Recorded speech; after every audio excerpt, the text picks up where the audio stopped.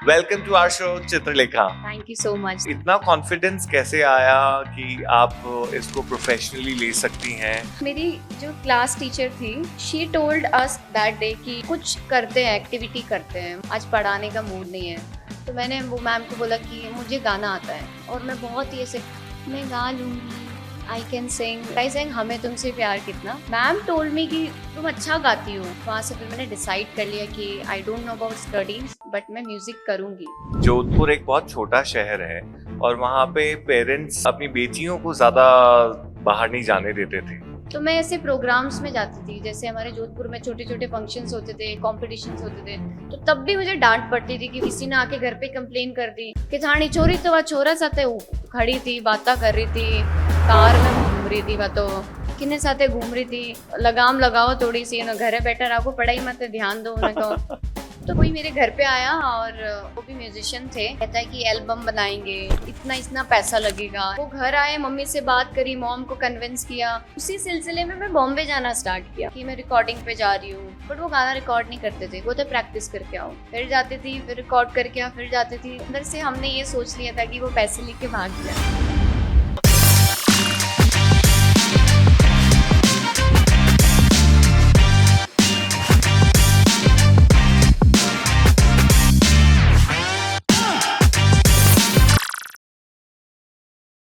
Hamagani and welcome to Encounters with Abhimanyu Tomar. Today we have a very talented guest with us. She's a singer, a power pack singer I would say. Chota bomb bada dhamaka. Her name is Chitralekha Sen. Welcome to our show Chitralekha. Thank you so much, thank you. How are you feeling Chitralekha? थोड़ी सी मैं पहले confuse थी कि क्या करूंगी, but मैंने जब आपके पॉडकास्ट देखे तो मुझे ऐसा लगा कि मुझे जाना चाहिए, और मुझे बातें करने का बहुत शौक है, तो that's why I am here and I am really excited. वैसे बताना चाहूंगा चित्रलेखा इज फ्रॉम जोधपुर, तो वो मेरी पड़ोसन भी हैं। तो बातें आज हम लोग खूब गपशप करने वाले हैं। तो चित्रलेखा मतलब जोधपुर से बॉम्बे तक का सफर किस तरीके से स्टार्ट हुआ? आप आपके आपके चाइल्डहुड के बारे में बताइए कुछ। मेरा चाइल्डहुड अगर मैं बोलूँ ना तो सबसे बेस्ट चाइल्डहुड था मेरा, और मैं बहुत मिस करती हूँ क्योंकि मेरी जो ब्रिंगिंग हुई है वो एक विलेज से हुई है।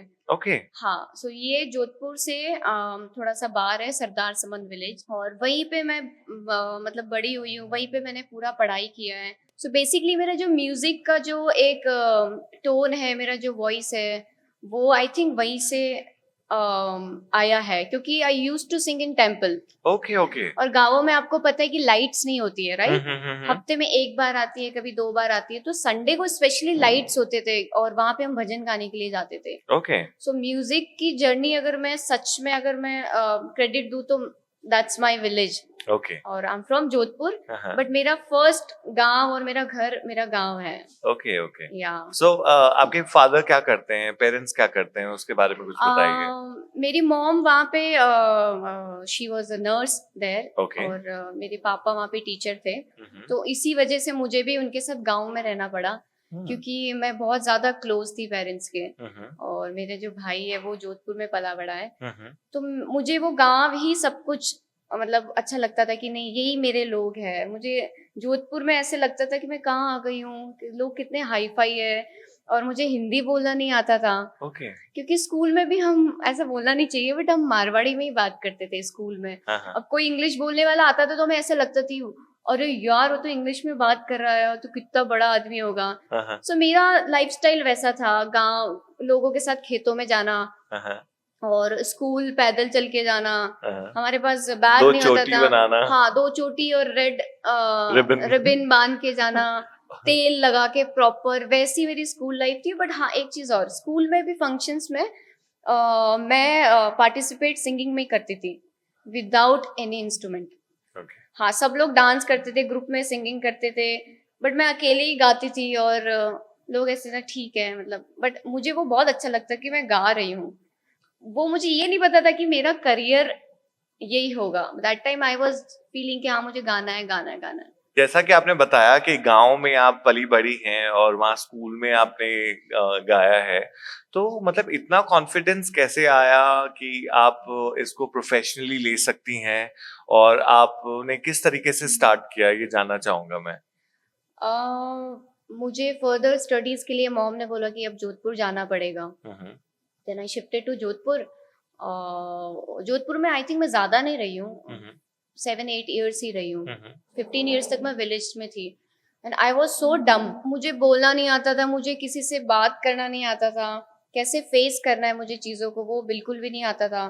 देन मॉम ने डिसाइड किया कि इसको गर्ल्स स्कूल में डालें, क्योंकि मैं गांव में बॉयज़ के साथ ही खेलती थी, उनके साथ ही। तो आई थिंक मेरी जो क्लास टीचर थी, she told us that day कि कुछ करते हैं, एक्टिविटी करते हैं। मॉर्निंग फर्स्ट पीरियड था, सो आज पढ़ाने का मूड नहीं है। Then I sang. सबने, किसी ने कुछ अच्छा किया, किसी ने कुछ किया, तो मैंने वो मैम को बोला कि मुझे गाना आता है और मैं बहुत ही ऐसे मैं गा लूंगी, आई कैन सिंग, मतलब वो भी हिंदी में डरी डरी सी। और आई सैंग हमें तुमसे प्यार कितना। एंड मैम टोल्ड मी कि तुम अच्छा गाती हो, तुम्हें प्रैक्टिस करनी चाहिए, या तुम्हें सिंगिंग को भी अपने लाइफ में एक जगह देनी चाहिए। इन 10th क्लास मैंने उस एक स्पार्क आया मेरे अंदर कि किसी ने मतलब मेरी तारीफ करी है फर्स्ट। क्या नाम था उन मैम का? कल्पना मैम। ओके, कौन से स्कूल से? Sumer school. Okay, Sumer school Jodhpur. Okay. और इतनी सारी गर्ल्स के बीच में मैं इतनी कंफ्यूज हो जाती थी कि सब लड़कियां ऐसे हाई फाई और मैं गांव की आई हुई, मैं ऐसे चुपचाप रहती थी। और सेम वही तेल लगा के मतलब चुपचाप रहना, 1-2 फ्रेंड्स बने थे उनके साथ चिल करना, उतना ही था। देन धीरे धीरे चुपके से मैं म्यूजिक धीरे धीरे मैंने स्टार्ट किया।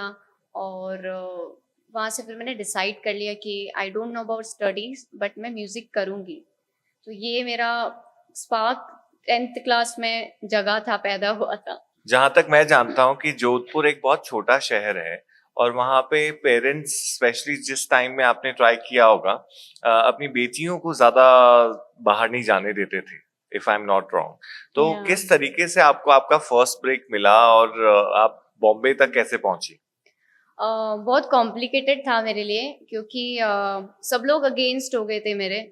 कुछ टाइम के लिए फैमिली भी मेरा जो रियल ब्लड है वो भी अगेंस्ट थे, बट कहीं ना कहीं वो सपोर्ट कर रहे थे, बिकॉज वो भी सोसाइटी की सुन रहे थे। आई एम श्योर एक जना होता है जो सपोर्ट करता है आपको घर पे। मेरी मॉम मुझे इंटरनली बहुत सपोर्ट कर रही थी, बट डांटती भी थी कि इसने आके ये बोला, तू कहाँ थी, तू ट्यूशन से कहाँ गई। तो मैं ऐसे प्रोग्राम्स में जाती थी, जैसे हमारे जोधपुर में छोटे छोटे फंक्शंस होते थे, कॉम्पिटिशन्स होते थे, तो मैं वहाँ जाती थी और मैं देखती थी। अब मुझे उस टाइम पे ये नहीं पता था कि इक्वलिटी मैं तब से ट्रीट कर रही हूँ, मतलब अपने साथ, कि ये अगर मैं लड़के के साथ बात कर रही हूँ या किसी लड़की के साथ बात कर रही हूँ तो मेरे लिए इक्वल है दोनों। क्योंकि मैं तो एज अ आर्टिस्ट जानना चाहती थी कि लोग क्या कर रहे हैं, लोग उनको सपोर्ट कर रहा है कोई।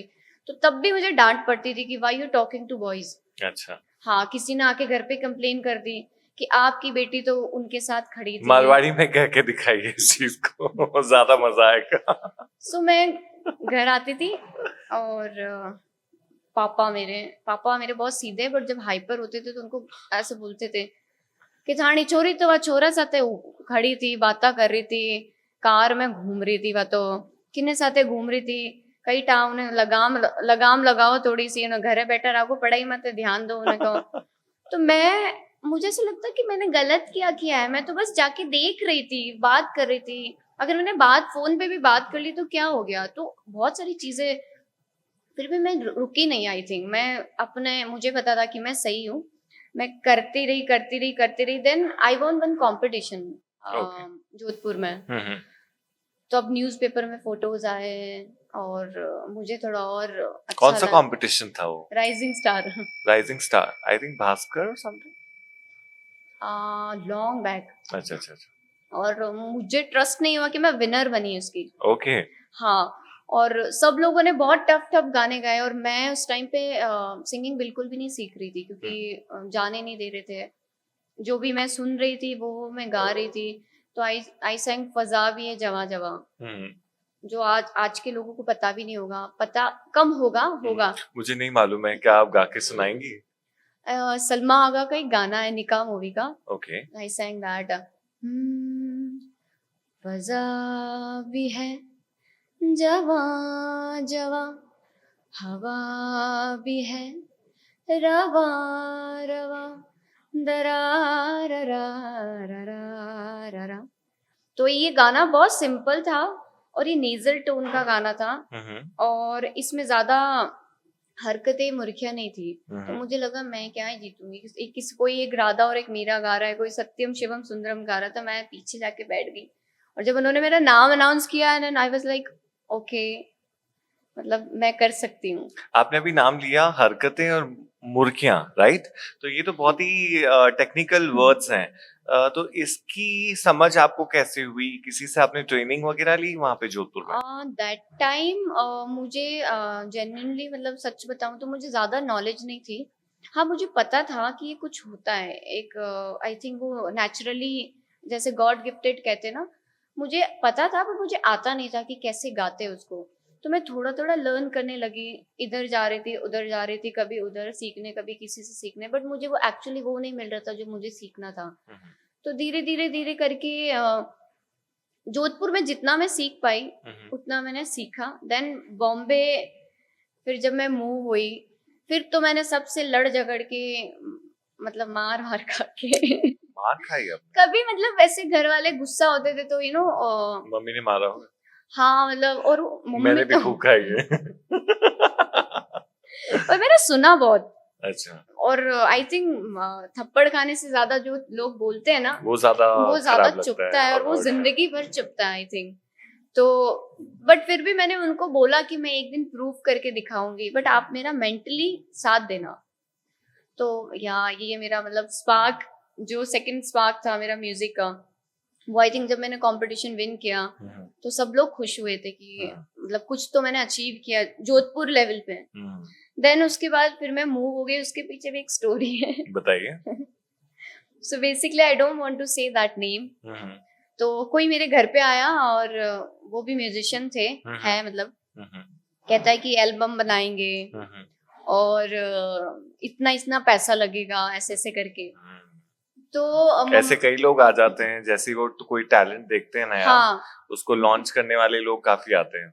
और वो घर आए, मम्मी से बात करी, मॉम को कन्विंस किया, बोला कि अरे इतना अमाउंट बोला, बट वो अमाउंट हमारे लिए बहुत बड़ा अमाउंट था।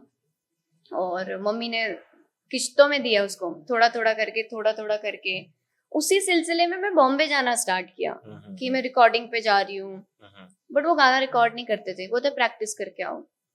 फिर जाती थी, फिर रिकॉर्ड करके आ, फिर जाती थी। तो मैंने अंदर से हमने ये सोच लिया था कि वो पैसे लेके भाग गया है। तो जिसके थ्रू गए थे वो तो बीच में से बिल्कुल हट गए थे। तो इसी रीजन से मैं बॉम्बे मूव होना पड़ा मुझे, क्योंकि मुझे गालियां पड़ने लग गई घर से कि पैसे चले गए, कहाँ चले गए। तो ये पीरियड मेरे लिए बहुत मतलब हर्ट, बॉम्बे का फर्स्ट जो मूव था मेरा वो बहुत ही पेनफुल था मेरे लिए कि मुझे इस बोझ के साथ जीना पड़ेगा। या बट आई एम श्योर उसने आपको एक बहुत बड़ी लर्निंग भी दे दी होगी कि बॉम्बे आप जब प्लान कर रही थी जाने के लिए, तो आपको मेंटली प्रिपेयर कर दिया होगा कि इस तरीके की चीजें होने वाली हैं आपके साथ में। हाँ, मतलब मैंने ये नोटिस कर लिया था उस टाइम पे, ये मैंने डिसाइड कर लिया था कि ऐसा हो सकता है और भी। बट जो मैंने फेस किया है वो नहीं, मैं उसके लिए प्रिपेयर नहीं थी कि मुझे शेयरिंग में रहना पड़ेगा, मुझे वहां पे लोगों की बातें भी सुननी पड़ सकती है, रूममेट्स होते थे, छोटी छोटी चीजों के लिए मतलब लोग लड़ने लग जाते थे, इतनी नेगेटिविटी होती, फिर उनके साथ रहो, फिर उनके साथ रह के हंस के भी रहो, क्योंकि आप नाराज कितना रहोगे, एक ही घर में रहते हो। तो इन सब चीजों के लिए मैं प्रिपेयर नहीं थी, क्योंकि मैं बचपन से आई थिंक मुझे ऐसे रखा था, because I was not well जब मैं पैदा हुई थी। हाँ, तो मुझे ऐसे रखा, बट सुनाया भी बहुत है। मॉम ने स्ट्रॉन्ग किया है, डैड ने इमोशनली वो फील मेंटेन रखने के लिए वैसा ट्रीट किया है। तो वो कॉम्बिनेशन है मेरे मॉम डैड का। तो ये मुंबई का सिलसिला मतलब जो होने वाला था उसके लिए मैं बिल्कुल भी प्रिपेयर नहीं थी। So what all struggles you had to go through when you shifted to Bombay? I think Bombay में जितना मैंने ऑब्जर्व किया है, आपको सही गाइड करने वाला एक मेंटोर चाहिए वहां पर। क्योंकि मेरी फैमिली मिडिल क्लास है, सो वो उनके लिए तो रेंट पे करना, मतलब उनको लिए इतना रेंट पे कर रहे हो, हम तो इस महीना चला लेते इसमें पूरा, तो उनके लिए भी टफ था काफी। उन्होंने मुझे भेजा, ट्रस्ट करके भेजा, सबकी बातें सुन रहे थे उस टाइम भी कि उसको बॉम्बे भेज दिया, अकेली लड़की को बिगड़ जाएगी वहां पे, बिगड़ी हुई है ऑलरेडी, मतलब वो तो मैं आई वाज मैंने उनको बोला ट्रस्ट करना, बट फिर उन्होंने मुझे वो बोलना भी स्टार्ट कर दिया था कि वो पैसे लेके भाग गया। फिर भी वो जैसे तैसे करके मुझे थोड़ा सपोर्ट करते थे, बट वो थोड़ा सपोर्ट फाइनेंशियली बहुत कम था। हाँ, तो लोगों ने बहुत गलत गाइड भी किया कि ये कर, इससे तेरा लाइफस्टाइल अच्छा हो जाएगा, ये कर वो कर। जैसे मैंने बोला कि ये वो क्या, थोड़ा सा आप बताएंगे ढंग से? मुझे काफी लोगों ने ये गाइड किया था कि चलना, वो मेरा फ्रेंड आया हुआ, उससे मिलने जाते हैं अपन, और ही इज अ प्रोड्यूसर और तेरी लाइफ बना देगा, ठीक है। तो जब भी मुझे कोई ऐसा बोलते हैं ना, आई मेक यू स्टार, तो मैं उसको बहुत सुना देती हूँ, या तो मैं बोलती भी नहीं हूँ, मतलब मैं गाली नहीं बोलना चाहती बट मैं इरिटेट हो चुकी थी इस वर्ड से। उसके बाद फिर मैंने हाइट को लेके बहुत अपने आप को फेस की, हाइट प्रॉब्लम बहुत फेस की। बट एक सिंगर का हाइट से कुछ लेना देना नहीं है। मुझे ये पता ही नहीं था कि ऐसा होगा। मुझे लगा कि आवाज काफी है। उस टाइम पे मैं सीखने वाले जोन में भी थी, बट तुम्हारी हाइट कम है, तुम स्टेज पे थोड़ी सी टॉल लड़की चाहिए ताकि क्लाइंट को लगे कि कोई सिंग कर रहा है। और लुक्स को लेके भी काफी मैंने फेस किया है, क्योंकि वो टाइम पे कोई था नहीं गाइड करने वाला। जो अफोर्ड करते थे वो हम पहनते थे, अब चाहे वो बुरा लग रहा है या अच्छा लग रहा है। तो ये चीजें मतलब सीख रही थी मैं धीरे धीरे। कोई बोलता था कि गाना गाओ, हाँ, कहता है श्रेया जी जैसा गाओ, तो मैं उनके जैसा नहीं गा सकती, राइट। कोई कहता है कि सुनिधि जैसा गाओ, I can't sing like them, मैं अपनी आवाज में गा सकती हूँ, राइट। तो ये सारी चीजें बहुत ऐसे इरिटेट करती थी कि क्या होगा लाइफ में, कुछ समझ नहीं आ रहा था। बट मैनिफेस्ट कर रही थी कि मैं जब कुछ करूंगी तो मैं हटके करूंगी, और I think I am doing it. So आपको आपका फर्स्ट ब्रेक कैसे मिला बॉम्बे में? बॉम्बे का फर्स्ट ब्रेक मैंने आई थिंक 4-5 लाइंस गाए थे, मुझे याद भी नहीं है। कहाँ पे? एक एल्बम था, ओके। और वो भी गाने के लास्ट में था। अच्छा। हाँ, बट आई वाज हैप्पी कि चलो मैंने कुछ गाया है। बट मैंने स्टूडियोज में बहुत टाइम स्पेंड किया। ओके। कि माइक के सामने लोग कैसे गा लेते हैं, रियल लाइफ में कैसे गाना होता है, स्टेज पे कैसे गाना होता है। स्टूडियो में देखा मैंने लोगों को, बहुत सारे लोगों को, कि वो लाइक घंटों घंटों तक बैठे रहते हैं एक ही जगह। बॉम्बे? हाँ। ओके। बॉम्बे के कुछ अच्छे स्टूडियोज का तो नाम बताइए जो साउंड रिकॉर्डिंग के लिए फेमस हैं, मूवीज वगैरह की साउंड रिकॉर्डिंग होती है। आई थिंक जो पहला स्टूडियो था जिसमें मैंने रिकॉर्डिंग करी थी, वो कृष्णा स्टूडियो था। ओके। आई डोंट नो अभी वो है या नहीं। उसके बाद तो बहुत सारे स्टूडियोज बन गए हैं, और कुछ लोगों ने पहले घर पे भी सेटअप लगा रखे होते हैं। ओके। हाँ, जैसे I used to record in AMV also, और R&B। ओके। ये सारे यशराज स्टूडियो वगैरह जो है, बड़े बड़े स्टूडियोज हैं। तो ये सब मूवीज के लिए, मतलब रिकॉर्डिंग्स के लिए, मतलब लोग बुलाते हैं उधर। तो लेट्स सी, मैं Yashraj, I wanna go soon for movie song. And then I sang first playback in Yaaram. या रोचक कोहली और कुमार सर का वो गाना था, मतलब कुमार सर ने लिखा था, रोचक कोहली उन्होंने सर ने कंपोज किया था। तो आई sang coarse part. Okay. Yeah like यारम तुझसे हो गया प्यार, यारम रा। सो ये कोरस पार्ट मैंने गाया, एंड आई वाज हैप्पी कि चलो कुछ तो स्टार्ट हुआ है लाइफ में।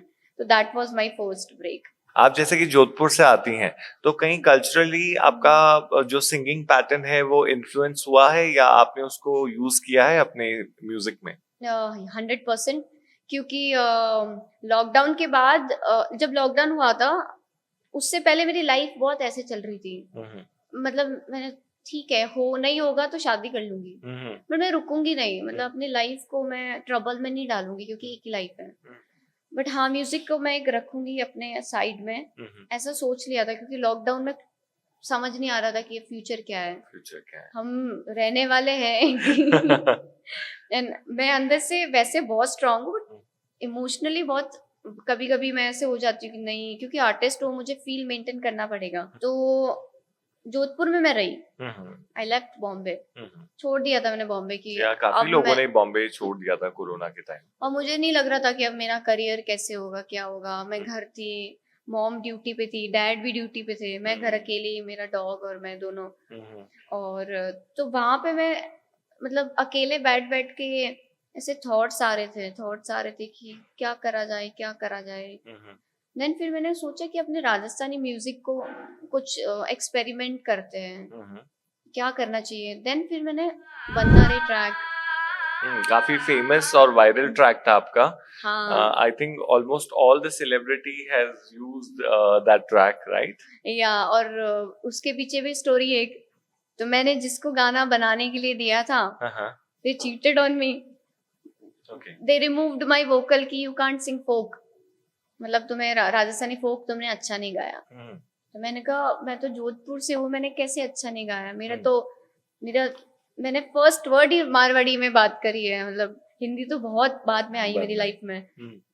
तो आई वॉज लाइक, मेरे को इतना हर्ट हुआ, आई वॉज क्राइंग, और आई डिसाइडेड कि मैं अब म्यूजिक नहीं करूंगी। अच्छा। That night I was talking to Shadow, DJ Shadow, so I told him whole the story की that happened and I was crying, I was sending, मतलब मैं उनको वॉइस नोट भेज रही थी रोते हुए। Then he told me that's a folk song, you can also do. तो मुझे लगा ओके। देन ही सेड कि मुझे भेजो आप, आपने क्या बनाया है।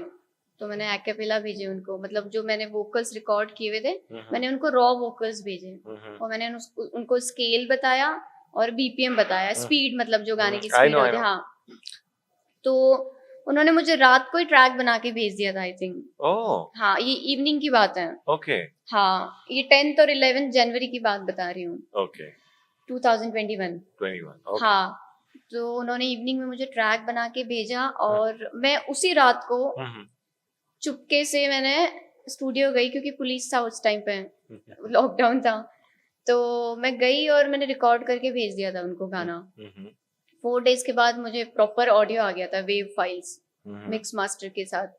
और फिर अब रिलीज कैसे करना है पता ही नहीं, एज अ इंडिपेंडेंट आर्टिस्ट कुछ भी आइडिया नहीं था कि कैसे रिलीज करना है। तो आई कॉल्ड माई फ्रेंड की गाना रिलीज करना कैसे करूँ। उसने बोला ऑडियो फाइल भेज। मैंने भेज दिया। उसने बोला कि फोटो भी चाहिए। तो फिर मैं अपना कोई ब्लाउज निकाला, मैं अपने दोस्त के यहाँ गई, कुंजल दी के यहाँ, और कुंजल दी ने थोड़ा सा कर्ल वर्ल करके नथ वथ डाल के एक लुक, फोक लुक दे दिया, और वो हमने डाल दिया। जिन्होंने चीट किया था उनका गाना 22 को रिलीज हुआ था और मेरा 21 को। सो माई डेट वॉज 21/1/21। और मैं वो गाना डाल के मैं चली गई घूमने। चलो ठीक है, खुन्नस में डाल दिया था मैंने उनको दिखाने के लिए मैं भी कर सकती हूँ। और वो गाना कब वायरल हुआ, और माधुरी दीक्षित ने भी उस पे रील बनाई। कौन कौन से स्टार्स ने रील बनाई है उस पे? आई थिंक सबने ही बनाई है, because can you name some? हाँ, आई थिंक शाहरुख और सलमान सर को छोड़ के सबने बनाई है। हाँ, सारे म्यूजिशियंस ने, सारे टिकटॉकर्स ने जिनको मैं बोला करती थी प्लीज मेरे गाने शेयर करो, उन सब ने बनाई है, क्योंकि उनको उस गाने से रीच आ रही थी। अच्छा। हाँ, मतलब मैं उनके लिए बैड फील नहीं कर रही हूँ, but I was laughing. So you showed it from your work that you know anything can be done. हाँ, राइट। और मैं और शैडो वी वर लाफिंग कि ये हो क्या रहा है, मतलब लोग मुझे मैसेजेस कर रहे हैं, माधुरी दीक्षित ने वीडियो बनाया है, सारे स्टार्स ने बनाया, ऐसे करते आई थिंक 1 month के अंदर 2 million क्रॉस हो गया था। वाओ। उस टाइम पे 2 million रील इन 1 month, मतलब सोचो आप गाना कितना ज्यादा वायरल हुआ था। बहुत वायरल, मतलब आज भी किसी को अगर मैं बताता हूँ चित्रलेखा सेन तो बोलते हैं कौन, फिर मैं उनको बताता हूँ कि वही बना रे बागा में झूला खा लिया, देन दे रिमेम्बर यस ये तो सुना हुआ है हमने। हाँ, मतलब मैं डर गई थी बहुत ज्यादा कि ये क्या हो रहा है, मतलब मुझे खुशी भी हो रही थी कि मेरी जर्नी स्टार्ट हुई, आई थिंक अब हुई है। अब मुझे रास्ता मिला है कि मुझे क्या करना चाहिए। और और मैंने अपने आप को रूम में भी बंद कर दिया 7 days. I was not going out. ऐसे Why? मतलब कि क्या हो गया सडनली. अच्छा, हाँ लाइक मैं क्या करूँ अब. इसके बाद मुझे और हिट गाना एक देना गाना पड़ेगा देना पड़ेगा। कि मुझे इसी फोक म्यूजिक वाले जोन को बरकरार रखना है, इसको कंटिन्यू करना है. तो फिर शाडो टोल्ड मी कि मेक अ वीडियो. बजट का अच्छा। पैसे ही नहीं तो लॉकडाउन ये में. जो मतलब आपका वायरल हुआ था, इसमें कुछ पैसा वगैरह आपको मिला? स्टार्टिंग डेज में तो मुझे बिल्कुल भी आइडिया नहीं था कि मैंने कितना अर्न कर रही हूँ, क्या कर रही हूँ. देन मुझे कुछ लोगों ने फिर नॉलेज दी. ये होता है ना कि जो लोग कभी बात नहीं करते हैं वो सडनली आके आपको गाइड करते हैं. तो मुझे किसी से कोई नफरत नहीं है. पर अच्छा है ना, यू नो, हाँ at least they try to help you. हाँ मतलब मेरे लिए सब अच्छे हैं. सबका एक फेज होता है. तो उन्होंने आके मुझे गाइड किया कि यू गेटिंग मनी और नॉट. तो मैंने कहा कौन सा पैसा कैसे. तब मुझे पता चला. तो मेरी फर्स्ट इनकम थी 75,000. ओके, थ्रू हाँ. इंस्टाग्राम. रॉयल्टीज जो मुझे आई ओह, ओवरऑल जो भी प्लेटफॉर्म्स थे इसके म्यूजिक के जो प्लेटफॉर्म्स थे, इंस्टाग्राम रील से जहाँ जहाँ पे गाना प्ले हुआ ना उन सब का रेवेन्यू आया मुझे. हाँ तो मुझे अच्छा लगा. That's my first income. Okay. हाँ देन फिर बट वीडियो हमने पहले ही बना लिया था. ओके. हाँ लाइक वीडियो का कॉन्सेप्ट भी लाइक शो करना पड़ा. We made a video. अगर आप वीडियो देखोगे तो ऐसा लगेगा नहीं कि मैंने उस प्राइस में वीडियो बनाया है. अच्छा. हाँ और 1-1.5 महीना मेहनत करी. मैंने ही डायरेक्ट किया है वो वीडियो. कोई डायरेक्टर नहीं था. सबसे पूछा कोई हेल्प कर दो करो. तो मैंने कहा लेट इट बी. अब मैं खुद ही करूंगी. अब जो करना होगा मुझे मेरी लाइफ के लिए. और मैंने डिसाइड कर लिया कि मैं अपनी मर्जी से अपना म्यूजिक करूंगी. Very good. आपको शायद से मालूम हो कि नहीं हो, बट आपके जो गाने हैं वो मैं अपने फैशन शोज में बहुत यूज करता हूँ. इनफैक्ट जो हमारा हवा महल का फैशन शो था राजस्थान हैंडलूम के लिए, उसमें मैंने आपका म्यूजिक काफी प्ले किया था और लोगों को बहुत पसंद आया था. Oh thank you. बट हाँ मुझे वीडियोस आ रहे थे. अच्छा. हाँ कि तेरा गाना यहाँ पे प्ले हुआ बन्ना रे, तेरा गाना वहाँ प्ले हुआ बन्ना रे. फिर मुझे पता चला वो आपका शो था. क्योंकि वो टाइम पे हम ज्यादा क्लोज नहीं थे राइट. हाँ बट आई नो हिम तब से कि हाँ कोई है Abhimanyu Singh. Like I want to meet him. क्योंकि फैशन बहुत इम्पोर्टेंट हो जाता है, रोल प्ले करता है. क्योंकि फैशन आपको प्रेजेंट करता है राइट. तो और वो आपको ज्यादा नॉलेज है. तो हम ऐसे I want to meet him but how. पर मुझे जब रियलाइज हुआ कि आप मेरे गाने यूज कर रहे हो तो मुझे बहुत ज्यादा खुशी हुई. कि फिर मुझे पता चला कि आप जोधपुर से हो. तो फिर मुझे और अच्छा लगा. फिर हमारी आई थिंक बात स्टार्ट हुई. And I think our common person was Kunjal di, जिन्होंने आपको हेल्प किया आपके लुक्स वगैरह में. कुंजल दी ने तो बहुत ग्रूम किया मुझे. आई वाज सो जल्दी. या बना रहे की बार बार बात करें, एक बार गा के भी सुना दीजिए ऑडियंस को. हाँ क्यों नहीं. क्योंकि इतना मैं खुद गा चुकी हूँ ना कि मैं अब नींद में भी गा सकती हूँ. सो हमारा गाना आई थिंक ये पार्ट से वायरल हुआ था.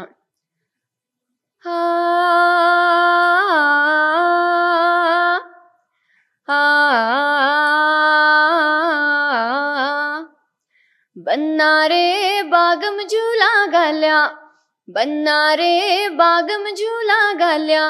मारी बनी ने मारी लाडी ने मारी बनी ने झूलन दी जो बना छैल बवरसा. मारी बनी ने झूलन दी जो बना छैल बवरसा. Beautiful beautiful. मैंने काफी सारे सिंगर्स को सुना है. नॉर्मली वो जो रिकॉर्ड करके उनका जो गाना चलता है और जब वो खुद गाते हैं तो रात दिन का फर्क होता है, बट आपके इस गाने में नहीं था. Am I right? Thank you. But हाँ काफी लोग यूज करते हैं. That's not bad. बट हाँ फिर आप मेक श्योर हो जाओ कि आप लाइव में भी वैसा गाओ या फिर ना ही गाओ लाइव.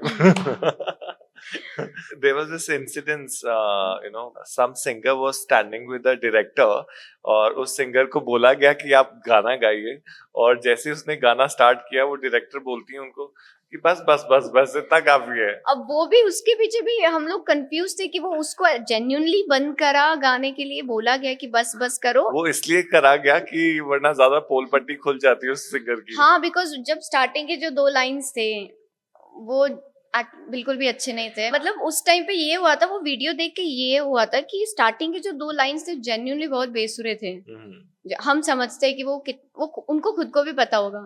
तो वो बोला गया था इंटेंशनली कि क्या था वो आइडिया नहीं था, बट वो वीडियो ऐसे बाहर आया था ना, तो वो सच्ची था मतलब। पर कहीं आपको ऐसा नहीं लगता कि जो नेपोटिज्म नाम की जो चीज है वो सिंगिंग इंडस्ट्री में भी अब बढ़ चुकी है? रीजन बीइंग अब ऐसे हथियार आ चुके हैं जो कि आपकी आवाज चेंज कर देते हैं, कोई भी सिंगर बन सकता है, और जो रियल टैलेंट है जैसे कि आप हैं और भी काफी लड़के लड़कियां होंगे गांव से, शहरों से, जो कि बहुत अच्छे सिंगर्स हैं पर उनको प्लेटफॉर्म नहीं मिल पा रहा because of this particular thing. What is your take on this? हाँ, आई थिंक ऐसा है। और I don't know about them, but मुझे एक्चुअली अब फर्क पड़ना बंद हो गया है, क्योंकि मैंने बहुत अप्रोच किया था।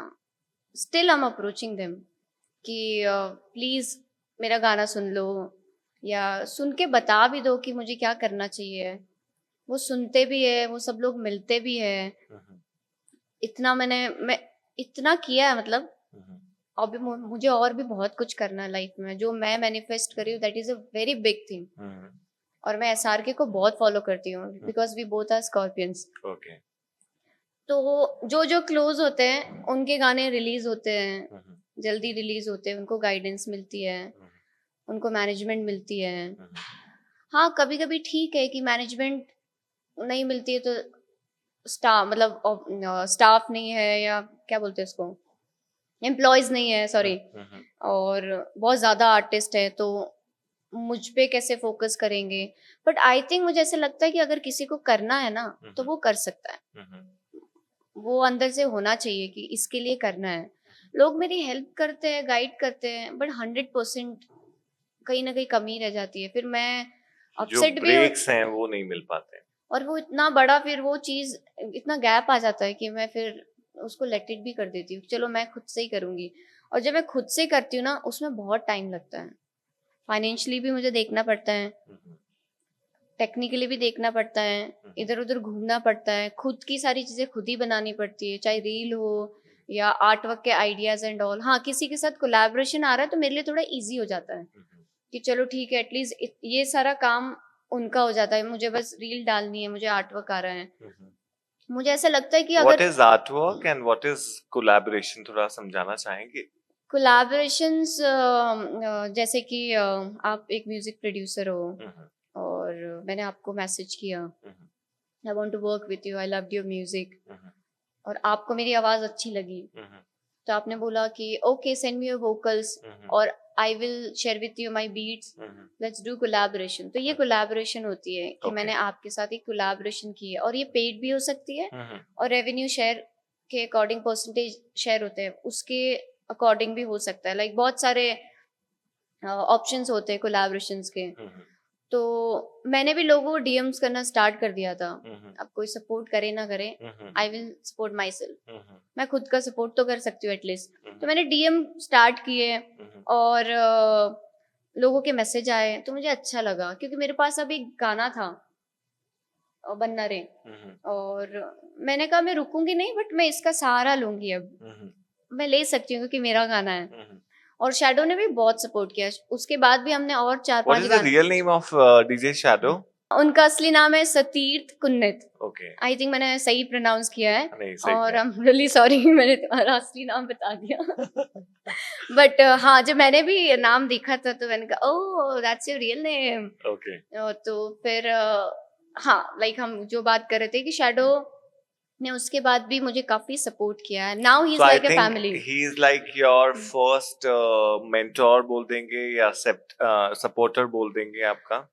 हाँ, I can say that because उससे पहले जितने भी लोगों ने सपोर्ट किया, तो दैट सबसे पहले तो आपकी वो मैम थी, कल्पना मैम। हाँ, मतलब पेरेंट्स के बाद अगर कोई है तो कल्पना मैम। हाँ हाँ। एंड देन जब शैडो के साथ जब गाना आया तो मुझे काफी लोगों ने मैसेज किया कि ये कैसे हो गया, because he is very expensive okay और he is very choosy. Okay. हाँ, कि लाइक करना है कि नहीं करना है। उनके आप देखो गाने यूट्यूब पे बहुत He selective is very famous. या Yeah. उसके बाद फिर मैंने सर खाना शुरू कर दिया शैडो का कि कितना करना चाहिए, किसके साथ करूँ, क्या करना चाहिए, क्या करना चाहिए और किसके साथ करूँ, कैसे गाने करूँ। हमारा तो कंटिन्यू था, बट साथ साथ में मुझे गाइडेंस भी मिल रही थी, तो मुझे बहुत एक फैमिली जैसा सपोर्ट और मेंटली सपोर्ट बहुत इंपॉर्टेंट होता है। So he was your supporter after the lockdown, schooling. हाँ, या एंड देन फिर मैंने धीरे धीरे लाइक आई टोल्ड यू कि कोलैबोरेशन स्टार्ट हो गए मेरे, और लोग ने अप्रोच किया। फिर मैंने फोक जर्नी को कंटिन्यू किया, फिर मैंने ओजी रे दीवाना भी गाना बनाया। Yeah, that was also very famous. हाँ, और ये सब गाने मैं बचपन में गाती थी। Okay. हाँ, होली के दिन चंग पे लोग नहीं आते थे, हाँ, जो लोग, तो वो भी गा के सुनाएंगी? ऐसा था, ओ जीरे दीवाना थारो डेरो लदियो जावे रे दीवाना थारूड़ी रे मार बाड़री। तो मैंने इसमें बॉम्बे का भी नाम यूज लिया है। ओ जीरे दीवाना तू तो बम्बई वालों टिकटियों मंगायो रे दीवाना थारूड़ी रे मार बाड़री। और ये गाना भी वायरल हो गया। वायरल हुआ। हाँ, इस गाने पे भी आई थिंक 1 मंथ में कुछ 300 के रील्स बन गए थे। वाओ। ज्यादा नहीं, बट मेरे लिए काफी था। काफी था। हाँ, और 3 मिलियन 4 मिलियन नेचुरली मेरे को व्यूज मिले मेरे चैनल पे। मेरा यूट्यूब चैनल वेरीफाइड हो गया, इंस्टाग्राम वेरीफाइड हो गया, फेसबुक वेरीफाइड हो गया, और एटलीस्ट आपको ब्लू टिक नहीं खरीदना पड़ा जो कि सब खरीद रहे हैं। हाँ, मैं बहुत सैड थी जब लोग लॉकडाउन से पहले यूट्यूब ब्लू टिक के लिए लोग जो पागल थे, मतलब पैसा अंधा पैसा खर्च कर रहे थे लोग। हाँ। मुझे भी वेरीफाइड कराना है, मुझे भी कराना। मेरे पास तो पैसा नहीं था, आर्ट था, और वो तीनों चैनल एक साथ वेरीफाइड हुए थे। ओह लवली। तो आई वाज लाइक ओके, अब मैं खुद का सपोर्ट खुद ही हूँ आई थिंक। हाँ, मेरे पास मेरे फ्रेंड्स थे लाइक शैडो, और भी लोग थे लाइक ओजिरे दीवाना मैंने ब्रह्मा के साथ किया, ही इज फ्रॉम जयपुर। और उसके बाद फिर मैंने बीटी मारी सोनेरी किया, वो भी गाना बहुत चल गया था। और ये भी पुराना गाना है, लाइक वो भी सुनाना चाहेंगी? बीटी मारे सोनेरी लाई दो रे बिट्टी मारे हाथा में दई दो। तो मैंने थोड़ा इसको पैन इंडिया जैसा बनाया था कि लोग, बाहर के लोग भी इसको अंडरस्टैंड कर पाए। ये भी चला। फिर धीरे धीरे मेरी जर्नी थोड़ा इंटरनेशनल लेवल पे पहुंची। So, वो शुरुआत कैसे हुई? इंडिया लेवल पे तो मैंने आई थिंक उस टाइम पे करा, काफी अच्छा करा। I was happy. मेरा मेंटल पीस और लाइक दिल से मैं खुश थी कि I am happy what I am doing right now and I will do मेरे अकॉर्डिंग। तो फिर मैं आई अप्रोच मेंबा। मेंबा का वो गाना था, उम्रा में सारियां जी लैया। हाँ, तो मैंने उनको भजन भेजा। ओके। हाँ, कौन सा भजन? सांवरियो घटमई रे रमैयो घटमई थाने कटे। सो ये मैंने उनको भेजा और he loved it. He said he is from Delhi but उनको हिंदी बहुत कम आती है। ही सेड चित्रलेखा गाना बहुत अच्छा है, I want to do this and let's do this. उसी टाइम वो गाना लॉक्ड हो गया था आई थिंक। ओके। हाँ, देन फिर मैंने और लोगों को फिगर आउट किया कि और क्या क्या, कौन कौन से लोग हैं जिनके साथ मैं कोलैबोरेशंस कर सकती हूँ। तो आई थिंक 2022 में टेक्नो इलेक्ट्रो म्यूजिक काफी ट्रेंडी होने लग रहा था धीरे धीरे। Then I approach Anyasa also, he is Anjunadeep artist, और उनको अप्रोच किया, he also loved it. He said कि okay I will share with you some beats. और उन्होंने मुझे 4 बीट्स भेजे थे, मैंने चारों बना के भेजे थे। उन्होंने एक रहना फाइनल किया था, और वो मेरा रहना उनके साथ है ट्रैक। इन सब ट्रैक के बाद आई थिंक लोग मुझे अप्रिशिएट करने लगे, जो बाहर की दुनिया थी। मतलब वो था कि एक लड़की को जो हिंदी बोलना नहीं आता था, लोग चिढ़ाते थे, डम बोलते थे, गांव की लड़की बोलते थे, गंवार बोलते थे। So that girl doing collaboration with international artist, टूटी फूटी इंग्लिश बोल के टूटी फूटी इंग्लिश बोल के मैं मतलब मैनेज कर लेती थी। और मैं उनको पहले से बोल देती थी कि मुझे इंग्लिश नहीं आती है। जरूरी नहीं है कि इंग्लिश के सहारे ही आप कुछ कर सकते हैं। अगर आप में टैलेंट है तो I don't think so language matters. और वैसे भी आपका जो फील्ड है वो ज्यादा it's about Hindi and your folk, right? Marwari और हिंदी के सहारे आपने बहुत अच्छा काम किया है। लोग शर्माते हैं अपनी मदर टंग बोलने से, मुझे ऐसा नहीं, मैं लगता तो नहीं है। शर्माता। इनफैक्ट इफ यू रिमेम्बर, हम लोग जब भी फोन पे हाँ बातें करते हैं, हम लोग मारवाड़ी में बात करते हैं। हाँ, हम लोग मारवाड़ी में बात करते हैं, खमा गनी बोलते हैं, राम राम सा बोलते हैं, और और भी बहुत कुछ बोलते हैं मारवाड़ी में। गॉसिप करते हैं मारवाड़ी में। तो अच्छा लगता है। और Yeah. बाहर जब आप रहने जाते हो और जब आपकी घर की लैंग्वेज सुनने को मिलती है तो अच्छा लगता है कि यार कोई तो है यार, मारवाड़ी में बात करे नहीं यार, कौन है, किन्ने साथे बात करो यार। और लोग कहते हैं या आई डोंट नो मारवाड़ी, मेरे घर पे बोलते हैं बट मुझे नहीं मैं आती है। उनको बोलता हूँ आप ऑक्सफोर्ड से पढ़ के आए हैं। या तो मुझे ऐसा लगता है कि नहीं, आपको मारवाड़ी, अगर आप, जैसे मैं जोधपुर की हूँ तो आनी चाहिए यार बोलने, थोड़ी बहुत तो बोल सकते हो आप। तो लैंग्वेज को लेके like I wanted to say that. आपने भी बताया कि आपने इंटरनेशनली शोज करना स्टार्ट किया, तो आपका फर्स्ट इंटरनेशनल ट्रिप कब था और उस जर्नी को थोड़ा सा बताएंगे कैसे memorable? I am sure first international आप जब जाते हैं तो वो चीज आप कभी भूलते नहीं है। म्यूजिकली फर्स्ट मेरा ट्रिप जो था दुबई का था, और मेरा पासपोर्ट 10 साल से खाली पड़ा था कि कब बाहर का शो आएगा, कब क्या होगा। तो फिर मुझे दुबई में शो मिला, that was a private gig. Which year? So मैंने आई थिंक मेरा फर्स्ट जो इंटरनेशनल ट्रिप था वो 2022 में था, और मैं बहुत एक्साइटेड थी दुबई के लिए। वो बाद में जाके खराब भी हो गई। शो बहुत अच्छा हुआ था, पर दुबई को देख के मैं बहुत ऐसे हो गई कि ये तो राजस्थान जैसा ही है बाहर की दुनिया तो। जितना कि मतलब राजस्थान से निकली और सेकंड राजस्थान में। और इतनी गर्मी थी वहां पर, मेरी पूरी एक्साइटमेंट जो थी ना, पानी पानी भी नहीं था, पूरी ऐसी ऐसी तैसी हो गई कि धोरे धोरे हो गई। हाँ। मुझे याद है मैंने ये भी बोल दिया कि यार ऊँट कितने अजीब से हैं। बहुत छोटे छोटे ऊँट थे। अच्छा। तो मैंने कहा इससे अच्छा तो मैं जैसलमेर चली जाती। हमारे बड़े ऊँट होते हैं। और डेजर्ट भी बहुत अच्छे हैं। तो ये मेरे लिए काफी फनी था और मैं बहुत इरिटेट हो गई थी, बट मैंने कहा चलो ठीक है कोई नहीं, एक्सपीरियंस हुआ मुझे। Yeah. अब दुबई बहुत अच्छा लगता है मुझे। Okay. अब मॉल से पहुंची होंगी आप। मॉल दुबई मॉल लाइक मेरे लिए बहुत कंफ्यूजिंग था, मुझे मैप स्टार्ट करना पड़ा, गूगल मैप से मुझे ढूंढना पड़ा कि कौन कहाँ है, and I took 1 our.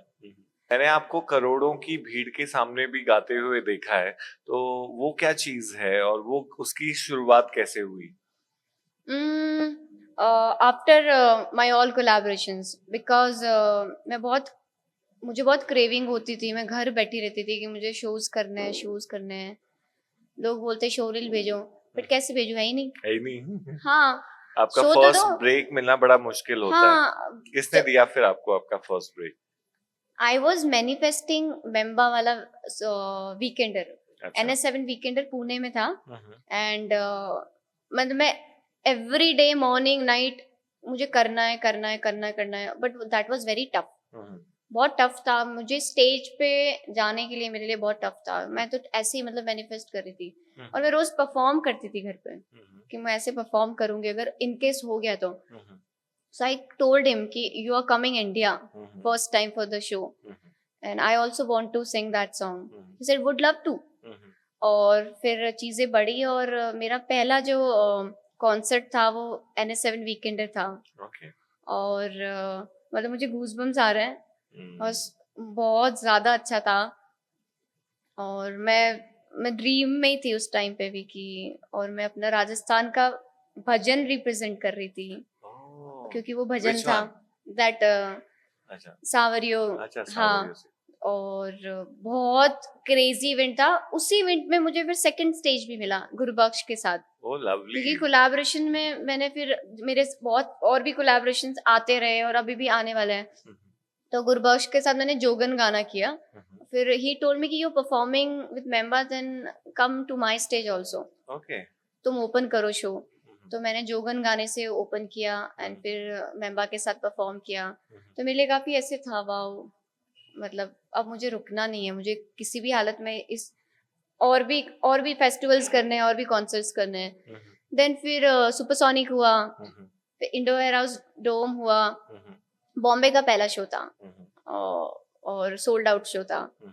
And Indo warehouse like Kahani music के साथ मेरा अपकमिंग ट्रैक है रंग रसिया, वो भी बहुत क्रेजी था क्योंकि कहते हैं ना कि बॉम्बे आपको प्यार कर रहा है कि नहीं कर रहा है, आप बॉम्बे में रहते हो, आप बॉम्बे से प्यार करते हो। सो जब इंडो वेयर हाउस हुआ था वो बॉम्बे की पूरी क्राउड थी उधर, इवन बाहर से भी लोग आए थे। देन 31st मैंने सनबर्न किया, मेन स्टेज किया विद कहानी, तो वो स्टेज बहुत हाइट पे था और मुझे हाइट फोबिया है, तो मुझे लोग बोले तू पागल है, तुझे मेन स्टेज मिला है। मैंने कहा वो तो ठीक है बट हाइट मुझे अपने आउटफिट्स चेंज करने पड़े, हील्स, और मुझे कंसोल के पास खड़ा होना पड़ा क्योंकि वो जहाँ पे कंसोल उसके बाजू में छोटी सी जगह, वहां मुझे चढ़ के स्टेप्स पे चढ़ के परफॉर्म करना पड़ा। वो वीडियो भी है और मैं नीचे ऐसे लोगों को देख रही हूँ, मैं अगर गिर गई यहाँ से तो क्या होगा। डोंट वरी, वो आपको पकड़ लेते बट वो भी मतलब ये लास्ट मिनट हुआ था मेन स्टेज भी, ओके हम कोई और स्टेज पे थे, बट बाद में पता चला कि हम मेन स्टेज कर रहे हैं। I was like wow, but height phobia था। जैसे तैसे करके मैंने परफॉर्म किया और मैं नीचे आई, फिर मुझे रियलाइज हुआ कि मेन स्टेज क्या था। लोगों ने मुझे आके बोला कि इसके लिए बहुत मेहनत करते लोग, सो आई टोल्ड देम मैंने भी करी है। और उसके बाद फिर मेरे फेस्टिवल्स कंटिन्यू हुए और आई थिंक अभी तक का बिगेस्ट मेरा जो कॉन्सर्ट भी बोल सकते हैं, शो भी आईपीएल था। आईपीएल किया आपने? Yes, wow, Jaipur IPL. Wow, I think RR and RCB के बीच में था ये, और 40,000 प्लस क्राउड था। And after performance I cried. Okay, yeah like everyone told me why you crying. So मैंने उनको बोला ये इमोशंस मुझे पता है, ऑफ कोर्स। और कितनी गालियां खाने को मिली हैं, हाँ, कितने लोगों ने परेशान किया है, टॉर्चर करते थे लोग कि क्या करेगी, कुछ नहीं हो पाएगा, शादी तो करनी ही पड़ेगी। तो मुझे कुछ नहीं करना था, मेरा एक ही फोकस था कि मुझे वो अचीव करना है जो मुझे चाहिए। सो या मतलब that was the biggest show concert. मैंने अभी रिसेंटली देखा है कि आपका जो म्यूजिक है वो थोड़ा आपने चेंज करा है, ठीक है? नैना तरसे करके एक एल्बम आपने रिलीज किया है, राइट? तो वो चेंज क्यों लेकर आई हैं आप, और उसके पीछे रीजन क्या है? नैना तरसे का जो रीजन पहले था, एक बार गा के सुनाइए, फिर उसके बारे में बात कीजिए। नैना तरसे रिमझिम बरसे, आई ऋतुए गर्जन बरसन जाऊं अब मैं इस घर उस घर, नैना तरसे रिमझिम बरसे। That's my personal favourite track. और ये चेंज लाना भी ज़रूरी था बिकॉज मैंने ए आर रहमान सर की एक स्टोरी देखी थी, डॉक्यूमेंट्री, कि आपको थोड़े थोड़े चेंजेस करने पड़ते हैं टाइम के अकॉर्डिंग। यू नो, अगर हाँ, या तो आप बहुत पावरफुल हो तो आप एक ही जॉनरा में गाते रहो, कंटिन्यू करो, बट वो भी नहीं काम आता है। सो जो भी मैंने टेक्नो इलेक्ट्रो सॉन्ग्स किए उसमें मेरे थोड़े थोड़े वर्ड्स होते थे, क्योंकि उसमें ज्यादा वर्ड्स सुनते नहीं है लोग अपने जोन में होते हैं। देन वो वर्ड्स आते तो लोग सरप्राइज होते, वाओ ये क्या एलिमेंट आया है। तो मुझे करना था कि मुझे पूरा गाना करना है ऐसे म्यूजिक के साथ। तो आई वॉज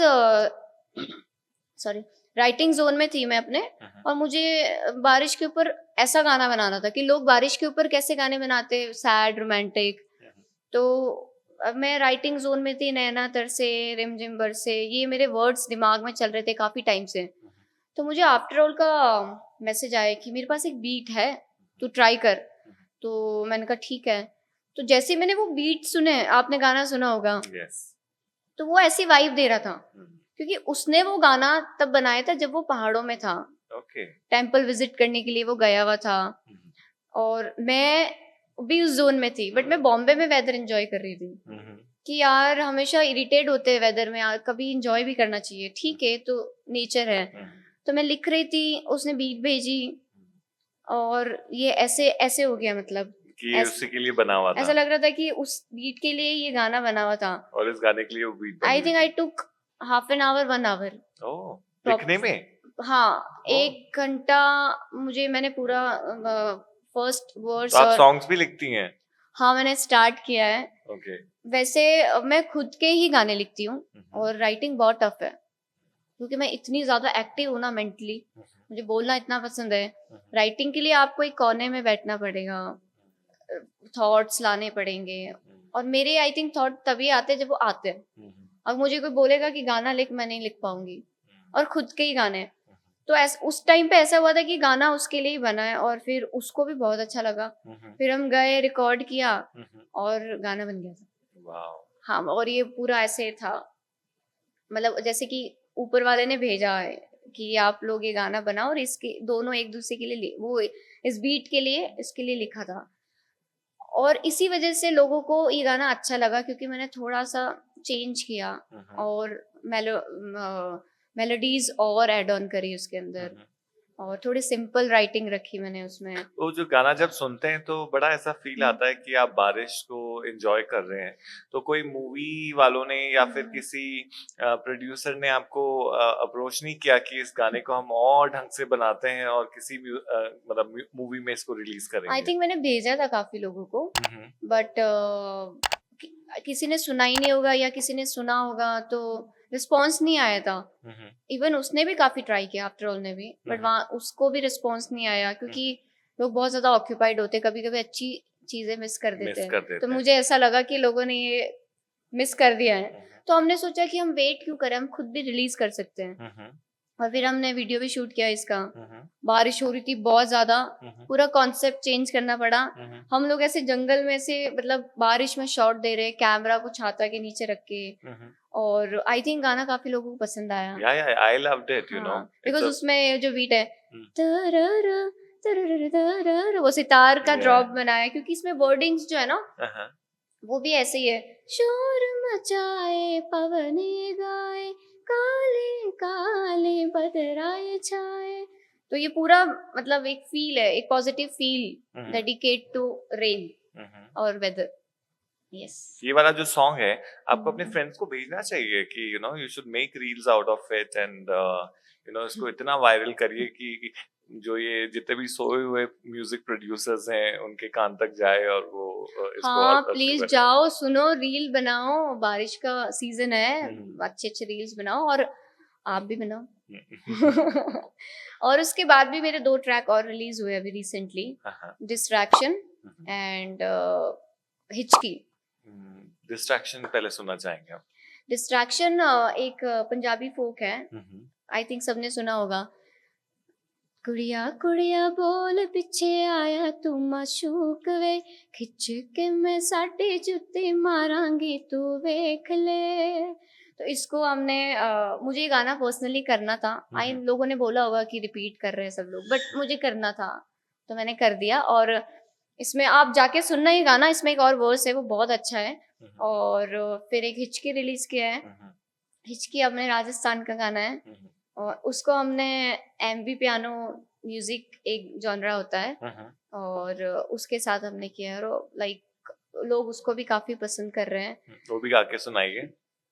सो हिचकी में मैंने एक वर्ड्स भी कंपोज किया है। दूर लेके जाना मैनू छड़ के न जाना जी, तेरी बन के मैं सारी जिंदड़ी बितावांगी, कोल मेरे आके रजा तेरी हो जावांगी, कोल मेरे आके रजा तेरी हो जावांगी।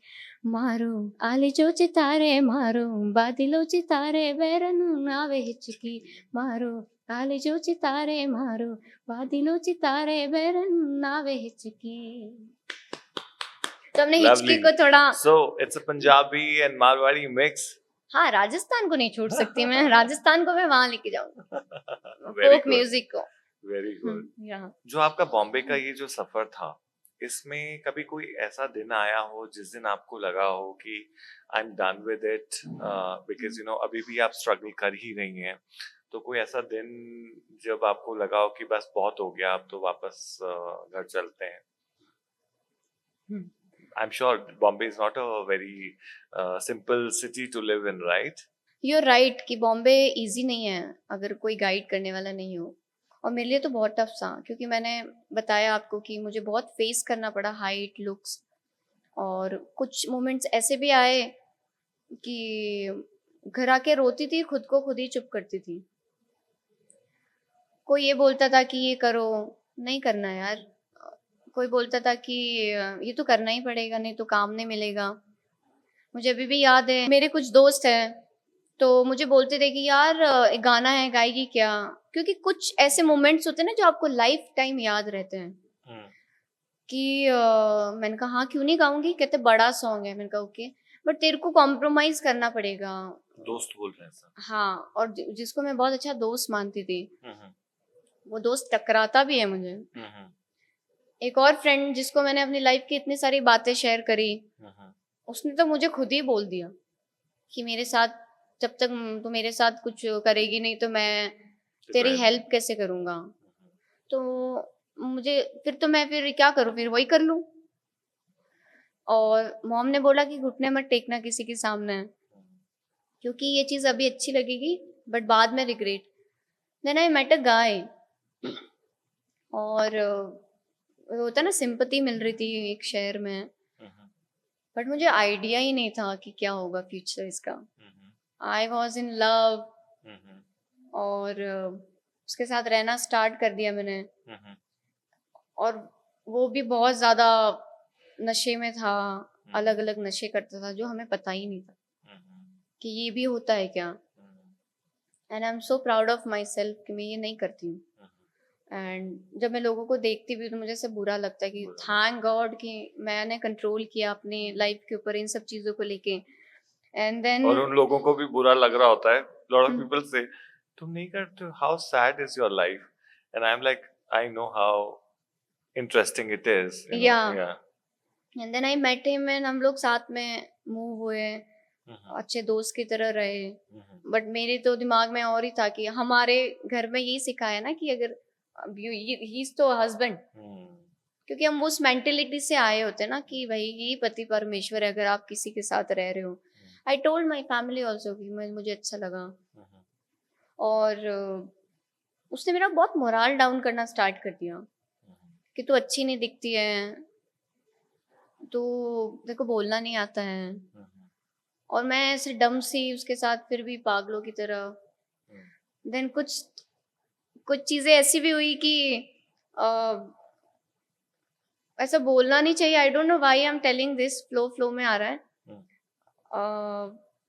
फिजिकल अब्यूज भी मैंने टॉलरेट किया था उसके साथ, और सब लोग उसमें भी मुझे डांटते थे ऑफ कोर्स, यू नो, कि तू उसको परेशान कर रही है इसलिए। हाँ तो मतलब वो मारेगा आपको? हाँ, और मैं घर पे किस मुंह से बताऊं ये चीज़ कि I think this story I am telling first time.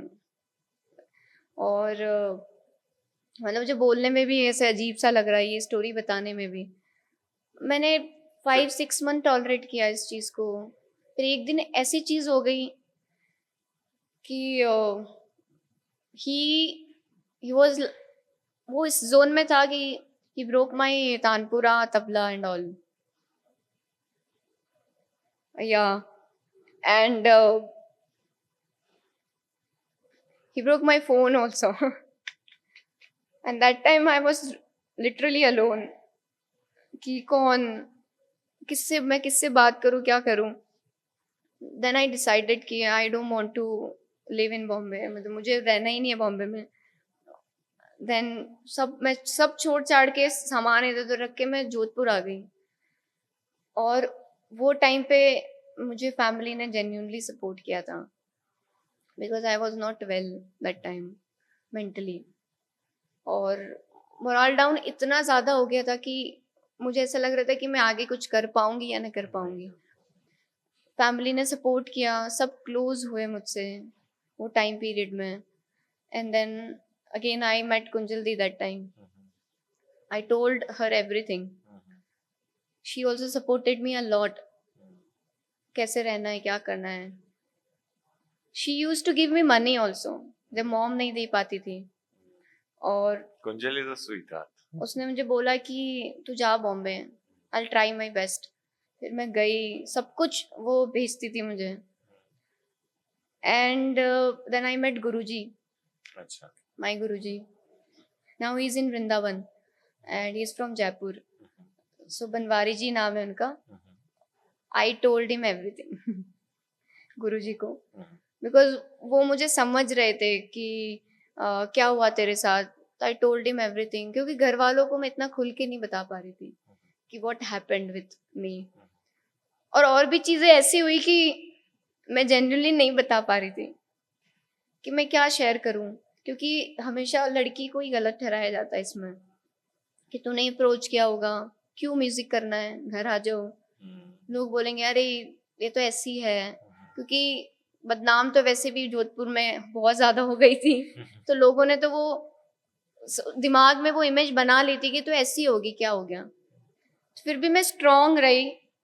मैं वापस बॉम्बे गई एंड मैंने अपनी नई जर्नी स्टार्ट करी. उसने वापस अप्रोच नहीं किया आपको? नहीं, मैंने बिल्कुल ही उसको कट ऑफ कर दिया था, उस पार्ट को अपनी लाइफ से. बिल्कुल, मतलब बिल्कुल कट ऑफ कर दिया बट था. आई एम श्योर वो जब अब देखता होगा आपको काफी रिपेंट करता होगा कि उसने एक हीरा खो दिया, right? I don't know very जी. ओके. और अच्छी बात है, देख रहा होगा तो. But I don't want to even remember him. So that happened and basic चीजें तो लाइक बहुत ज़्यादा फेस करनी पड़ती है आपको, बट वो आपके ऊपर होता है कि आप उसको किस वे में लेके जाते हो. And I use to sing in family restaurant also. Okay. या और बाद में मुझे पता चला कि वो फैमिली रेस्टोरेंट नहीं था. ओके. वो भी अलग ही जगह थी. ओके. किसी ने कॉन्ट्रैक्ट किया था कि आपको 3 months गाना ही पड़ेगा इधर. ओके. और मेरे लिए वो भी 3 months वो भी बहुत टफ था. मैं उनको रोज जाना पड़ता है उधर, वो गाना पड़ता था. और मुझे ये बताने में शर्म नहीं आ रही है, क्योंकि ये मैंने फेस किया है अपनी लाइफ में. और मैंने 3-4 months तक गाया. मेरी आवाज चली गई, पता है. मैं 2-3 महीने तक बात नहीं कर पा रही थी. हाँ. और किस वजह से? गा के एवरीडे लाइक 4 hours 6 hours गा के. या Bombay is not a easy city to survive. और आपको वहाँ पे कुछ काम तो करना ही पड़ता है, specially you know people like us who come from middle background, you know. हाँ, मतलब मुझे ऐसा लगता है कि फाइनेंशियल सपोर्ट. मैंने आपके काफी पिक्चर्स और रील्स और वीडियोस भी देखे हैं जहाँ आप मॉडलिंग भी करती हैं. आई एम श्योर वो पार्ट टाइम आप करती होंगी अपने आप को सपोर्ट करने के लिए. No, actually I wanted to be a model. Okay. क्योंकि दूरदर्शन पे मिस इंडिया आता था अच्छा. जब हम गांव में थे. हाँ. तो कभी कभी लाइट्स आती थी तो वो आता था. हाँ. तो मैंने मॉम को बोला मुझे भी मिस इंडिया बनना है. तो मिस इंडिया बनना है, बट ये नहीं था कि वो मॉडलिंग ही होती है. तो मैं ऐसे रंगीन पेपर में से लोगों की फोटोज काट काट के फाइल्स में चिपकाती थी कि मुझे भी ऐसा बनना है. हाइट नहीं बढ़ी. पर अब तो मिस इंडिया का हाइट क्राइटेरिया काफी कम हो गया, आप अप्लाई कर सकते हो. नहीं, एक पॉइंट कम है. अच्छा. What's your height? 4.11. अच्छा. एंड फिर मुझे बनना था air hostess. I think you know Miss India organisation अगर देख रहा होगा तो वो आपको कभी स्टेज पे जरूर बुलाएगा परफॉर्म करने के लिए. प्लीज. और आपका वो ख्वाब पूरा हो सकता है. बट हील्स पे नहीं करूंगी. माइक के साथ गाते गाते करूंगी. बट एक बार मुझे अपनी लाइफ में वॉक करनी है प्रॉपर. आपने मेरे लिए वॉक करी है? जैसे मॉडल. अच्छा. आप मेरी शो स्टॉपर थी. चित्रलेखा ने कम से कम 50 किलो का लहंगा पहना था और इतने बड़े हील्स पहने थे. और वो टाइम पे तो आई वाज इमेजिनिंग कि बेटा बहुत बड़ा गंदा डिसीजन लिया है, अगर गिरी तू लोगों के सामने तो बहुत बेइज्जती होने वाली है. बट हाँ, मैंने जैसे तैसे करके खुद को संभाला. आपके मॉडल्स ने मुझे बहुत सपोर्ट किया. उन्होंने मुझे सिखाया कि वॉक कैसे करते हैं, लाइक किक, राइट. वो मैंने सिखाया था. आपने सिखाया. देन आई टोल्ड देम कि आपके सर ने भी मुझे गाइड किया, बट वो क्या था. तो देखिए हाँ सर ने ये सिखाया होगा. तो मैं किक कर रही थी, बट जैसे मैंने मैनेज किया. बट अब मैं नेक्स्ट टाइम नहीं करने वाली. घाघरे में नहीं करना. घाघरे में तो नहीं. रिसेंटली एक बहुत ही दर्दनाक चीज हुई है बंगाल में. मौमिता देवनाथ के साथ में जो भयानक रेप हुआ है और फिर मर्डर कर दिया गया, बहुत बुरे तरीके से टॉर्चर किया. उसके बारे में आप क्या बोलना चाहेंगी? वैसे मैं इस बारे में क्या बोलूँ, राइट? क्योंकि कुछ बोलने लायक रहा ही नहीं, राइट? और 15 अगस्त था, हम लोग कितने अच्छे से सेलिब्रेट करते हैं, बट दिमाग में वही चल रहा था। I was out of India और ये न्यूज़ मैंने ज़्यादा पढ़ी नहीं थी। आई वॉज लाइक हाँ, न्यूज़ है, मतलब पता है इंडिया में इतने रेप होने लग गए कि आप न्यूज़ पढ़ रहे हो, आप पोस्ट कर रहे हो, बट उसका रिजल्ट नहीं आ रहा है। जब मैं इंडिया आई और मैंने ये पढ़ा, प्रॉपर सुना, वो वीडियो देखा, लाइक आई क्राइड। मुझे अंदर से ऐसे दुख हो रहा था, गुस्सा आ रहा था कि इसका रिजल्ट, मतलब सेफ्टी कहाँ गई? मतलब मैं खुद इतना बाहर जाती हूँ, बट अब ना कहीं वो डर दिमाग में चीजें घूमती हैं कि कोई ऐसा कर देगा तो, कोई मार देगा, कोई ऐसा कर देगा। और मैंने एक चीज पढ़ी थी कि पहले औरत के लिए, मतलब रामायण और महाभारत हो जाती थी, हम लंका में युद्ध करके आए थे, राइट? सीता माँ को बचाने के लिए। और अब हम कैंडल्स लेके, अपनी सेफ्टी के लिए हम रोड पे जा रहे कैंडल्स लेके। सेफ्टी, मुझे नहीं लगता सेफ्टी कहाँ है, हम लड़कियां कहाँ जाए? मतलब अब मुझे ऐसा फील होता है, मैंने जब वो सुना कि काश मैं लड़का होती तो कम से कम ऐसा नहीं होता मेरे साथ या किसी और के साथ। काश वो भी लड़का होती तो एक बार के लिए वो सोचता इंसान। और मुझे ऐसा लगता है कि हमारी गवर्नमेंट को इस पे बहुत बड़ा एक्शन लेना चाहिए। और सबसे बड़ी चीज़, मुझे इस बात पे बहुत गुस्सा आया कि उसको ऐसे क्यों रखा हुआ है जेल में। उसका तो उसी टाइम उसको पनिशमेंट देना चाहिए जिसने ये किया है, वो पकड़ा गया है, राइट? Okay. उसको क्यों रखा है? मतलब ऐसे, मतलब उसको छुपा के रखना, जेल में डाल के रखने का कोई रीजन ही नहीं है। अब उसको उसी टाइम खत्म करो, या तो लोगों के हवाले कर दो, लोग ही उसको खत्म कर देंगे। एक्शंस, हमेशा ऐसी न्यूज आती हैं, 4-5 दिन, 1 महीना ये चलता है, फिर सेम चीज, फिर नॉर्मल हो जाता है। फिर कोई ऐसा बड़ा केस आता है, फिर सेम 1-1.5 महीना चलता है, फिर नॉर्मल हो जाता है। तो फिर हम, और हमारे फोन में कहते हैं कि ये डालो, लड़कियां उबर में सेफ्टी डालो, ये दबाने, फोन ही नहीं लगता है। We tried lot of time, 100 पे जब हम कभी कभी कॉल करते हैं, मुझे नहीं लगता अभी तक उठाया होगा। आप बाहर जाओ, एक आई थिंक एक चीज करने से, पिंग करने से इतनी सिक्योरिटीज आ जाती हैं। इस मामले में दुबई बहुत सेफ है। हाँ, दुबई, राइट। दुबई में you can't see even women. आपने अगर एक औरत को वहां पे ऐसे गंदी नजर से देखा, अगर उस औरत ने कंप्लेन कर दी, अगर किसी वुमेन ने वहां पे, तो आप गए। और यहाँ पे जेन्युइनली अब तो बहुत डरावना सीन हो गया ये केस के बाद, और इससे पहले भी बहुत केसेस थे। Rest in peace. बट वो वेरी सैड। गुस्सा तो बहुत आ रहा है कि मैं बहुत कुछ बोलूं कि एक्शन क्यों नहीं लिया जा रहा, उसको ऐसे कैसे क्यों रखा हुआ उसको अभी तक। उसको उसी टाइम पनिशमेंट देनी चाहिए जिस दिन वो मिला था। इतना सोचना पड़ रहा है कि वेट कर रहे लोग कि उसको क्या एक्शन होगा। मतलब sorry but shameful act. Actually आपने देखा कि एक गांव की लड़की पूरे वर्ल्ड में धूम मचा रही है अपने गानों के जरिए, अपनी कला के जरिए। और ये एक बहुत बड़ा इंस्पिरेशन है सारे उन लड़कियों के लिए जो भी आज देख रही होंगी इस शो को, कि लड़कियों के लिए क्या, लड़कों के लिए भी एक इंस्पिरेशन है कि अगर वो चाहें तो कुछ भी कर सकते हैं, बस उनको अपनी कला को निखारना होगा। तो चित्रलेखा, कोई एडवाइस जो आप देना चाहेंगे आज के युवाओं को कि उनको ये फॉलो करना चाहिए ताकि वो सिंगिंग में अच्छे कुछ बन सकें? हाँ, क्यों नहीं, क्योंकि पहले तो आई थिंक सबको ये डिसाइड करना चाहिए, जब आप कुछ सोच रहे हो कि आपको ये करना है तो वो करना ही है। फिर आपको लोग क्या बोल रहे हैं, कौन क्या एडवाइस दे रहा है, सुनो, आप सबकी करो वही जो आपको बेस्ट लग रहा है। आपका दिल क्या कह रहा है, दैट इज रियली इम्पोर्टेंट।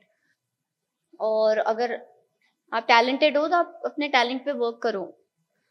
खुद पे भरोसा रखना बहुत ज्यादा जरूरी है, क्योंकि लोग आपको बोलेंगे हाँ मैं करूंगा, मैं करूँगा, तब तक वो जोन निकल चुका होता है, वो चीज़ पुरानी हो चुकी होती है।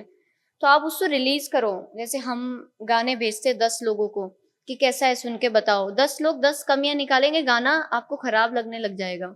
अगर आपने गाना बनाया है, वो आपके दिल से निकला है, तो वो अच्छा ही होगा। आप उसको रिलीज करो, पसंद करने वाले लोग 10 करेंगे, 10 लाख भी करेंगे।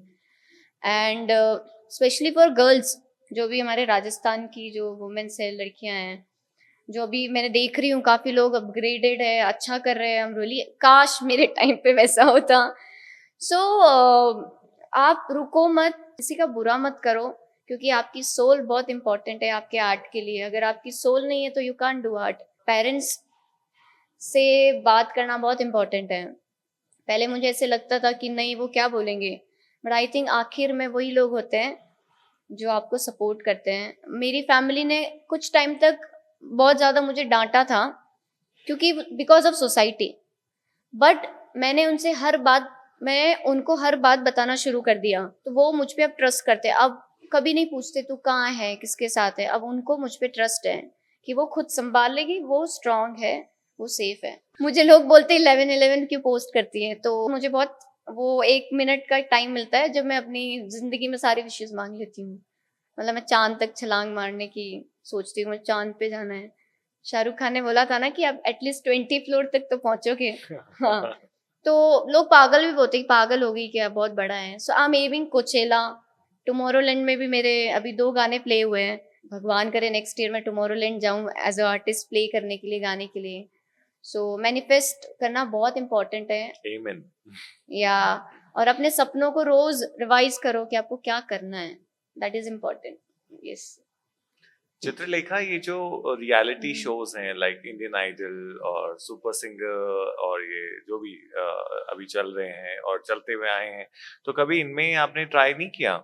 स्टार्टिंग में मुझे ऐसा लगता था कि आई वॉज नॉट रेडी, मैं प्रिपेयर नहीं थी आई थिंक, क्योंकि मैंने देखा है रियलिटी शोज में इतने सारे छोटे छोटे बच्चे प्रिपेयर्ड। और वो टाइम पे मेरा सिंगिंग जर्नी स्टार्ट ही हुआ था ना, तो मैं जाती थी ऑडिशंस के लिए, फिर मैं बाहर हो जाती थी ना, वेट करना पड़ता अभी था। सुनिधि चौहान का एक इंटरव्यू आया है और उसमें उन्होंने बताया कि सब कुछ स्क्रिप्टेड होता है। वो देखने के बाद में आप जाना चाहेंगी अगर आपने स्टार्ट किया होता अभी? आई थिंक जब मैंने एक राइजिंग स्टार, या दैट वी नो, राइट, तो मैं शॉर्ट लिस्ट हुई थी और मुझे सब मिल गया था कि you are going for a TV round. I think वहां पर मुझे नहीं लगता था कि कुछ भी रिकॉर्डेड था या स्क्रिप्टेड था। बाकी अंदर क्या था मुझे जेन्युइनली कुछ आइडिया नहीं है। हाँ, बट जो इमोशंस आते हैं वो आई थिंक वो ऑडियंस के टेंशन ग्रैब करने के लिए इमोशंस क्रिएट होते हैं। कभी कभी नेचुरली निकलते हैं, कभी कभी क्रिएट किए जाते हैं, क्योंकि सिनेमा ऑडियंस को कैसे अपनी तरफ खींचना है, that is also important. But I tried a lot और मैं थक गई, मतलब। और पता है क्या होता है, आप जाते हो ऑडिशंस के लिए, 8-8 घंटा वेट करते हो, बैठे रहते हो, जब गाने की बारी आती है तब आपकी आवाज़ चली जाती है और वो कॉन्फिडेंस, वो मोराल सब खत्म।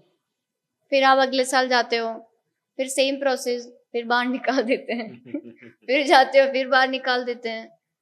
तो फिर मैंने सोचा थी कि अब मैं अपना गाना प्रमोट करने के लिए जाऊंगी। So now coming to the segment जो कि सबका बहुत फेवरेट है, masala segment. My masala segment question number 1, who is your favourite singer? Multiple. फिर भी I like Niti Mohan a lot. okay. Yeah, I like all the old singers, Lata ji, Asha ji, Reshma ji.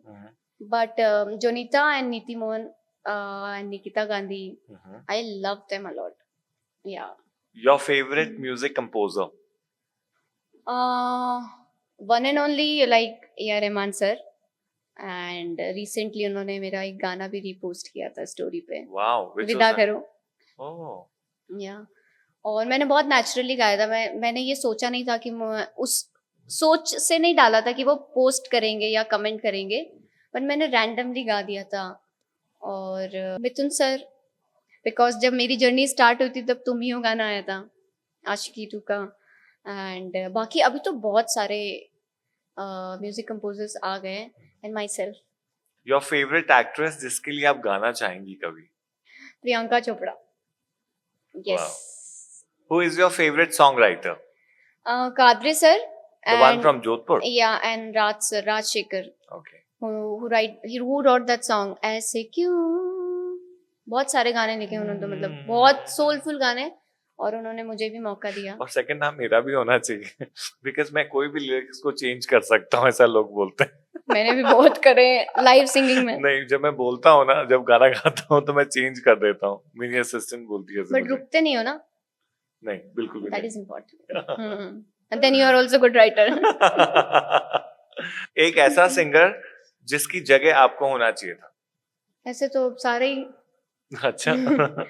नहीं, मेरा ऐसा मानना है कि मुझे भी वहाँ होना चाहिए अब, क्योंकि अभी टेक्निकली सब बहुत स्ट्रांग हो गया है, टेक्सचर्स क्रिएट होते हैं, और लाइक जैसे जोनीता, इतने अच्छे अच्छे गाने उनके आ रहे हैं, नीति मोहन के, निकिता गांधी के। निकिता गांधी की आवाज बहुत ऐसे हस्की रस्की है, और मैं भी कभी कभी गाती हूँ ऐसे गाने। जैसे पुराना गाना एक आओ ना गले लगा लो ना, उसको हमने थोड़ा सा मॉडिफाई करके जैज ब्लूज किया। तो मुझे ऐसा लगता है कि अब मेरे भी ऐसे गाने आने चाहिए जैसे उनके आ रहे हैं।